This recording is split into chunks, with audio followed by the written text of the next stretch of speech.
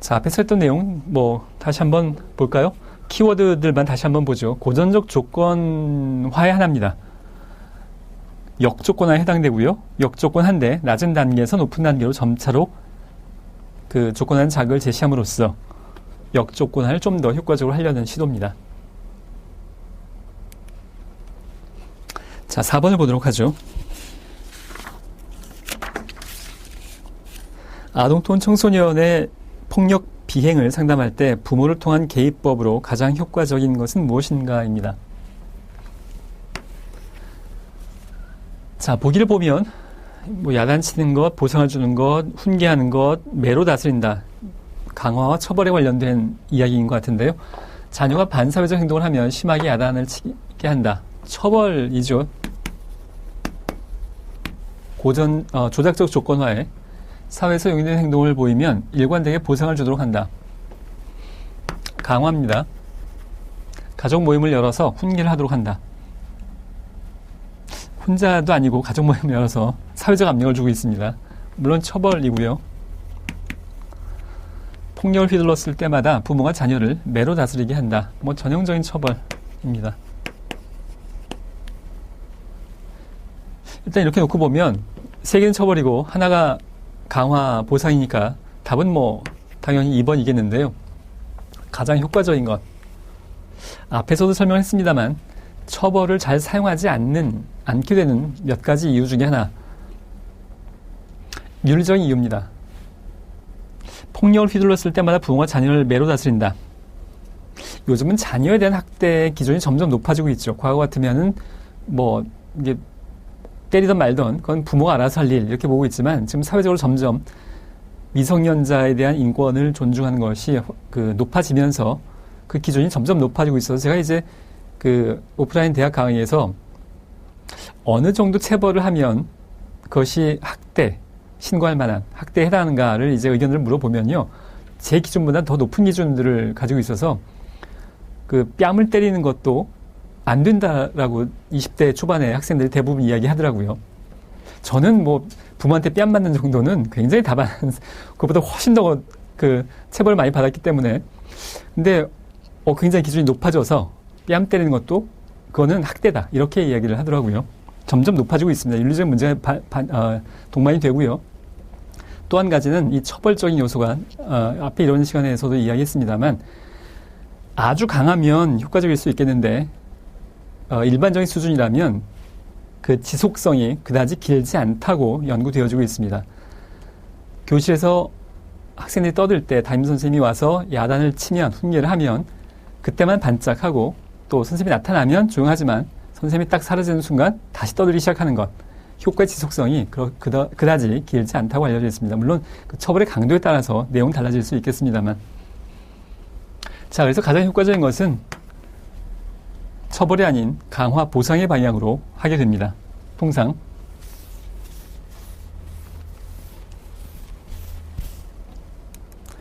(5번의) 행동 평정 척도에 관한 설명으로 옳은 것은입니다.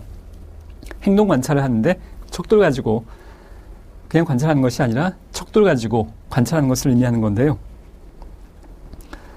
평정하고자 하는 속성을 옳은 것은입니다. 평정하고자 하는 속성을 명확하게 정의해야 한다. 조작적 정의에 대한 설명인데요. 옳은 것으로서 정답입니다. 틱 행동을 관찰해서 행동 평정 척도를 체크리스트를 만들 때, 기입을 할 때 도대체 어디까지가 틱 행동인지, 눈을 심하게 깜빡이는 것에 관련된 틱 행동을 지금 행동으로 관찰해서 기록을 하려고 하는데, 그걸 평정하려고 하는데, 좀 애매한 부분이 있을 수 있죠. 얼만큼 심하게 깜빡여야 그건 틱이고, 그냥 깜빡이는 건 틱이 아니고, 그 경계선이 사실 애매모호할 수 있습니다. 그래서 그렇기 때문에 더더욱 어디까지를 평정하고자 하는 행동이 어떤 것인가를 명확하게 규정하는 게 필요하다고 볼 수 있겠습니다. 후광효과가 작용하기 어렵다. 후광효과가 여기에도 행동뿐만이 아니라 모든 평정 척도에는 다 작용을 할 수 있겠습니다. 후광효과, 하나의 긍정적인 측면을 확대해서 적용을 하는 건데요. 서울대 출신이면 다 잘할 것 같은 생각을 갖고 있는 것, 그런 것이 후광 효과입니다. 내연적이거나 실제로 그렇지 않은데 내연적이거나 추론된 성격 측면을 평가하는 데 적합하다. 행동평정 척도는 행동을 관찰하는 거기 때문에 이 내연적이거나 성격적 측면을 평가하는 데는 거리가 굉장히 멀죠.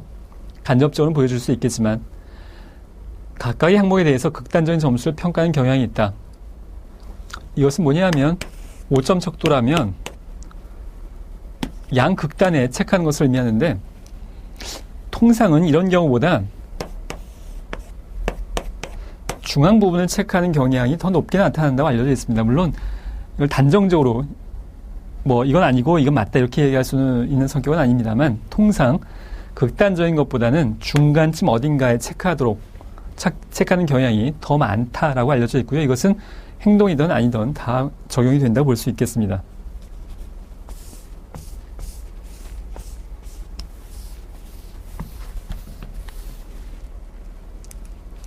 자, 6번을 보도록 하죠. 심리학적 평가 보고서 작성 시에 포함이 되지 않아도 되는 사항입니다. 심리검사가 의뢰된 이유, 인지와 정서 기능, 예후와 진단적 정보까지는 뭐 당연히 포함되어야 될 텐데 질환의 원인까지는 반드시 포함되어야 될 필요는 없을 수 있습니다. 그러니까 포함되면 안 된다가 아니고 포함돼도 됩니다만 반드시는 아니어서 이것은 지금 원인은 과거에 대한 이야기인데요. 이 보고서는 주로 현재와 미래에 대한 이야기를 담아내는 것이 목적입니다. 현재 상황이 어떻고 현재 진단이 어떻고 그것이 앞으로 어떤 치료를 필요로 하며 그것과 관련된 예후는 어떨 것인가. 자, 이런 것들이 주로 이 평가 보고서에 담기는 것이지 그래서 원래 원인이 무엇이었는가, 그것이 기질적이었는지 뭐 감염에 의한 것이었는지 아니면 성격적인 것에 환경에 의한 것이었는지는 굉장히 또 세밀한 그 평가 과정이 필요로 할 텐데 이 평가 보고서에는 그런 과거의 원인까지는 꼭 담아내지 않아도 무방합니다.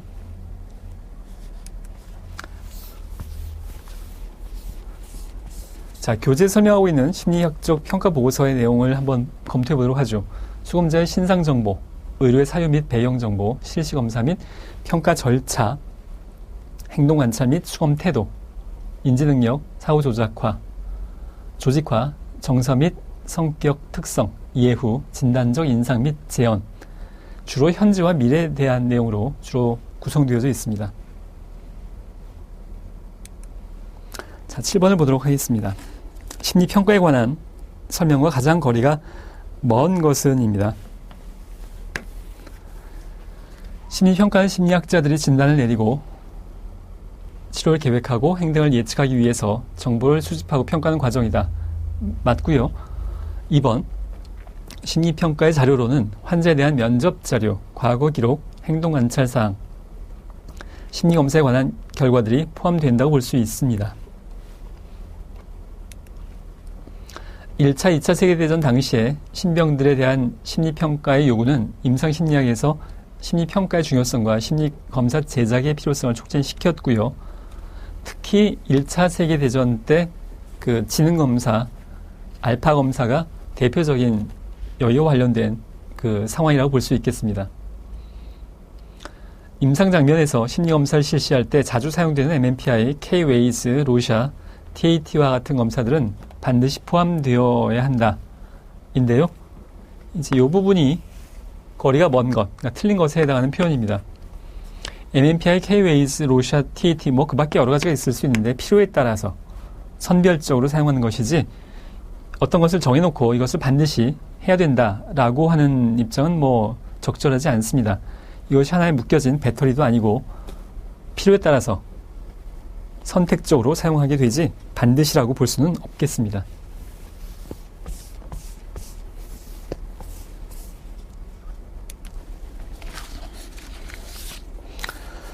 자, 8번입니다.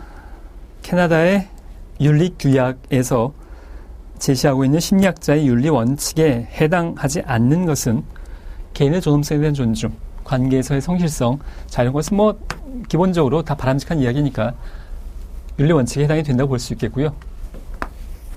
환자와 심리 전문가 간의 관계적 융통성, 해당하지 않는 것으로서의 정답은 이걸 텐데요. 그 앞에서 그 윤리 시간에 윤리 부분에서 많이 그 길게 다루었던 다중관계, 기본적으로 심리 그 상담자와 내담자의 1차적 관계, 그 이외에 다른 관계가 거기에 엮여 들어가서 다중적으로 작용하게 되면 내담자에게 긍정적이지 않은 부정적인 결과를 미칠 가능성이 높아진다는 겁니다. 돈 거래해서는 안 되고요. 성적 관계도 해서는 안 됩니다. 그 밖에 여러 가지 가급적 하지 않는 것이 원칙이고, 물론 반드시는 아니겠고 할 수도 있겠습니다만 하지 않는 것이 바람직할 때가 훨씬 더 많습니다.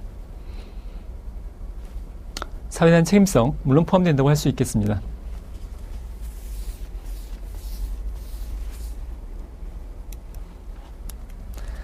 임상심리학자의 고유한 역할과 가장 거리가 먼 것은입니다. 사례관리라고 볼 수 있겠습니다. 거리가 먼 것은이니까 심리평가, 심리치료, 심리학적 자문, 이것은 우리가 지금까지 뭐 계속 다루었던, 집중적으로 다루었던 내용들이겠는데, 사례관리라고 할 때 이 사례가 물론 케이스입니다. 내담자.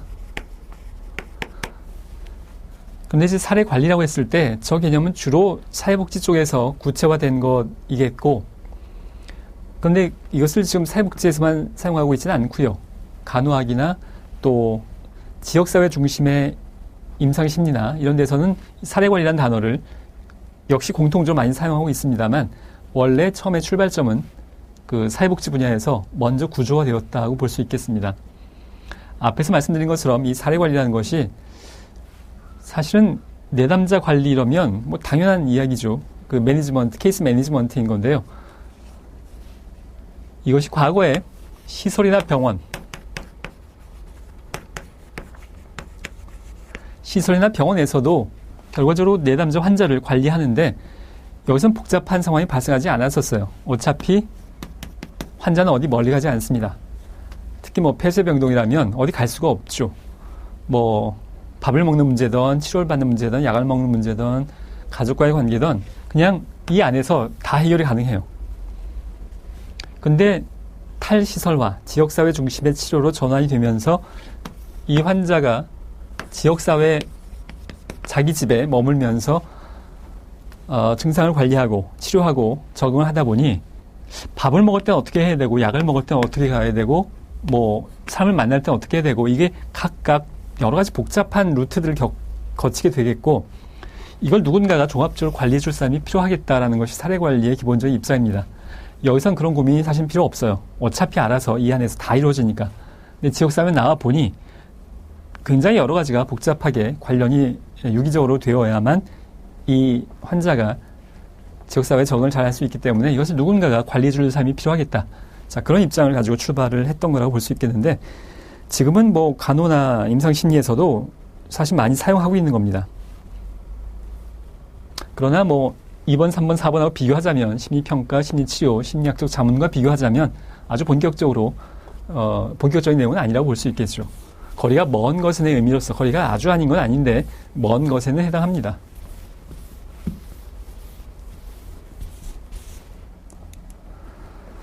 자, 10번 일반적인 의미적 인출 및 일화적 부호화를 담당하는 곳은 어디인가입니다. 뇌에 관련된 부위 국제화, 로컬리제이션과 관련된 문제가 나오면 머리가 좀 복잡해지기 시작하죠. 일단 의미적 그러면 주로 언어와 관련됩니다. 언어 그러면 좌우 중에 좌입니다. 그리고 인출과 부호화 이런 것은 고차적 인간의 고차적인 사고 능력과 관련돼서 본다면 이것은 전두엽입니다. 측두엽, 두정엽, 후두엽과 관련됐을 때 전두엽에 관련된 기능이어서, 자, 이런 기본적인 아이디어만 갖고 있으면 풀릴 수 있는 문제들이 거의 대부분입니다. 물론 이제 간혹 가다가 더 어려운 문제들이 나오긴 합니다만, 자, 브로카와 베르니케는 지금 잠시 후에 설명을 하도록 하겠고요. 전통적으로 뭐 기출문제에서 제일 많이 나오는 그 국제화의 영역 중에 하나입니다. 이건 여기에 지금 전혀 해당하지 않고요. 일단 좌우가 이렇게 나눠져 있는데요. 좌 하나만 선택을 해도 답은 골라낼 수 있습니다. 브로카와 베르니케를 제외하고 나면. 그래서 좌, 전두와 관련된 좌전전두 피질 영역이라고 볼 수 있겠습니다.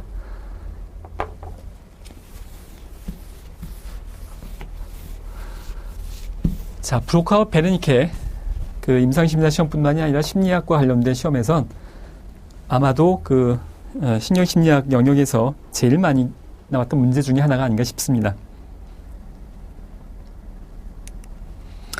자, 둘 다 실어증입니다. 뇌의 어떤 특정한 부위가 다쳤을 때, 기질적으로 손상이 됐을 때 그 환자가 특정하게 어떤 언어적인 표현을 또 언어적인 능력을 잘 발휘하지 못하는 것이 우연에 의해서, 사실 이걸 실험으로 하기 위한 그런 목적은 아니었는데, 다친 환자들을 이제 그 정신과 의사들이 관여를 하다 보니 어떤 부위를 다쳤을 때 어떤 언어적인 그 기능의 손상이 나타나더라라는 것들을 발견한 아주 대표적인 경우인데, 브로카, 베르니케 다 사람 이름입니다. 브로카가 발견한 실어증인데 어느 부위냐 하면 좌반구 전두엽의 아래쪽 뒷부분이랍니다. 브로카 영역 이렇게 얘기합니다. 브로카 실어증인데 브로카 영역의 손상이 돼서 여기가 뭔가 망가져서 이런 실어증이 나타난다라는 관점입니다. 표현적 실어증이라고 하는 것으로서 말이 유창하지 못하고 전보식 문장을 사용하며 따라서 말하기도 잘 하지 못합니다. 문법에 맞지 않는 문장을 사용하지만 청각적인 언어 이해 능력은, 이제 베르니케는 이게 잘 안 되는 건데 여기는 청각적인 언어 이해 능력은 알아듣는 건 잘 알아듣는 편입니다. 자, 전보식 문장이라는 단어가 나오는데요. 이게 워낙 옛날 단어여서요. 전보라는 단어가. 여러분 그 연배가 좀 있으신 분들은, 최소한 50대 이상인 분들은 아마 과거에 우체국에서 전보를 쳐봤을 것 같은데요. 저도 사실 우체국에서 전보를 쳐본 적은 한 번도 없습니다. 요즘은 그 우체국 카드라고 해서 이게 깔끔한 카드가 나오긴 하지만, 과거에 전화도 없었을 때 급한 일이 생기면, 핸드폰은 뭐 당연하고요. 그 집에 전화가 없었을 때 급한 일을 누군가에게 알리기 위해서 했던 게 우체국에 가서 전보를 치는 거였었죠. 근데 그게 굉장히 비싸서 한 글자 한 글자를 다 칠 수가 없기 때문에 조사 같은 건 다 빼고 아주 간략하게, 그야말로 딱 알아들을 수 있을 정도만으로 글자 수를 제한한 그런 게 전보였었습니다. 이런 겁니다. 소년이 과자를 먹다. 이걸 다 보내면 너무 전보를 치면 비싸니까 필요한 거 다 빼고 아주 간략하게 표현을 했었죠. 그런 걸 이제 우리가 전보식 문장으로 표현을 합니다. 근데 이것도 굉장히 양호하게 지금 해놓은 거고요. 문법에 맞지 않는 문장을 사용합니다. 이게 뭐 뒤죽박죽 순서 바뀌기도 하고요. 왜냐하면 이 부위가 손상이 됐기 때문에 이런 특성을 나타내더라 라는 얘기입니다. 이걸 브로카라는 의사가 발견해서 브로카 영역 그리고 브로카 실어증 이렇게 표현을 합니다.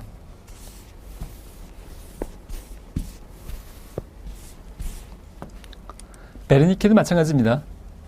의사인데요. 좌반구. 자, 둘 다 좌반구입니다. 왜냐하면 좌반구가 언어이기 때문에 그렇습니다. 좌반구 측두엽의 위쪽 뒷부분이라고 합니다. 이것은 수용적 실어증이라고 하는 것으로서 발음과 억양 측면에서 보면 말이 유창하고 조음 장애가 없습니다. 말 자체는 굉장히 유창해 보입니다. 앞에서는 더듬더듬 사과, 과자 이렇게밖에 못하는데 여기서 말은 유창해 보이는데, 그렇지만 문법도 규칙에 맞게 사용하지만 의미가 통하지 않고, 또한 청각적인 처리가 필요한 말을 잘 이해하지 못하는 경우가 있습니다. 말은 유창한데 문법적으로도 큰 문제가 없는데 사실은 논리와 의미는 전혀 통하지 않는, 이건 그냥 제가 썼습니다만 나는 자동차를 좋아해요. 빨간 수레가 있는데 전쟁 후에는 자동차를 탔어요. 도무지 의미 전달이 안 되는, 말은 유창하지만 근데 왜 이러냐 하면 이 영역이 기질적으로 손상이 돼서 결과적으로 이런 장애를, 이러한 언어와 관련된 기능의 한계를 보이게 되는 것. 물론 이 브로카 베르니케 말고도 엄청나게 많이 이후에 있지만, 그 특정 국제화된 영역의 손상 때문에 특정의 기능이 어려워지는 것을 초창기에 발견한 학자들이어서 이 이후는 잘 기억을 안 하고요. 그 브로카와 베르니케를 가장 대표적인 걸로 기억을 사람들이 합니다.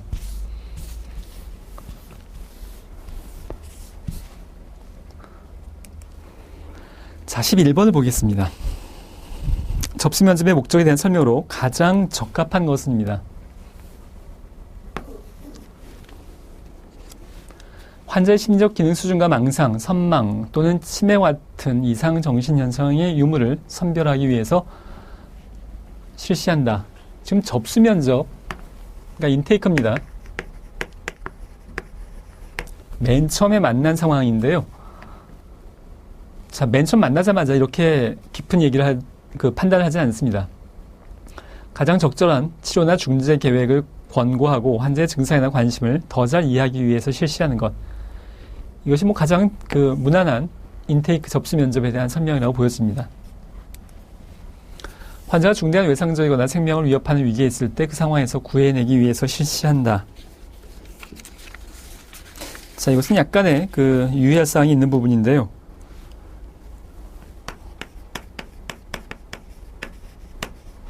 위기 상담에 적합한 설명입니다. 그런데 내담자로서 처음 만났을 때라는 것은 인테이크와 공통적일 수 있습니다. 위기 상황에서는 지금 막 가정폭력의 피해 상황이어서 지금 막 병원에 실려왔어요. 그런 상황에서 이제 그 상담자가 그 병원에서 같이 처음으로 만나게 된 겁니다.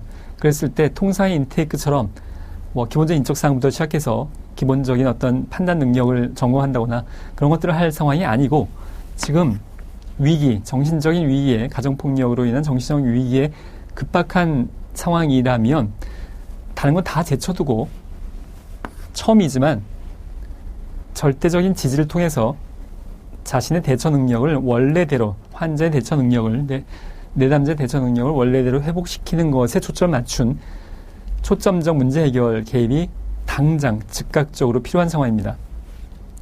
천천히 지금 할 상황이 아니고 인테이크 접수 면접이나 위기 상담이나 지금 첫 번째 만남이라는 것은 동등합니다만 이 위기 상담의 상황이라면 이것은 바로 개입을 들어가는 상황인 겁니다.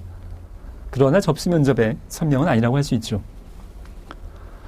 환자가 보고하는 증상들과 문제들을 진단으로 분류하기 위해서 실시하는 것, 이것도 처음부터 하는 것은 아니겠습니다.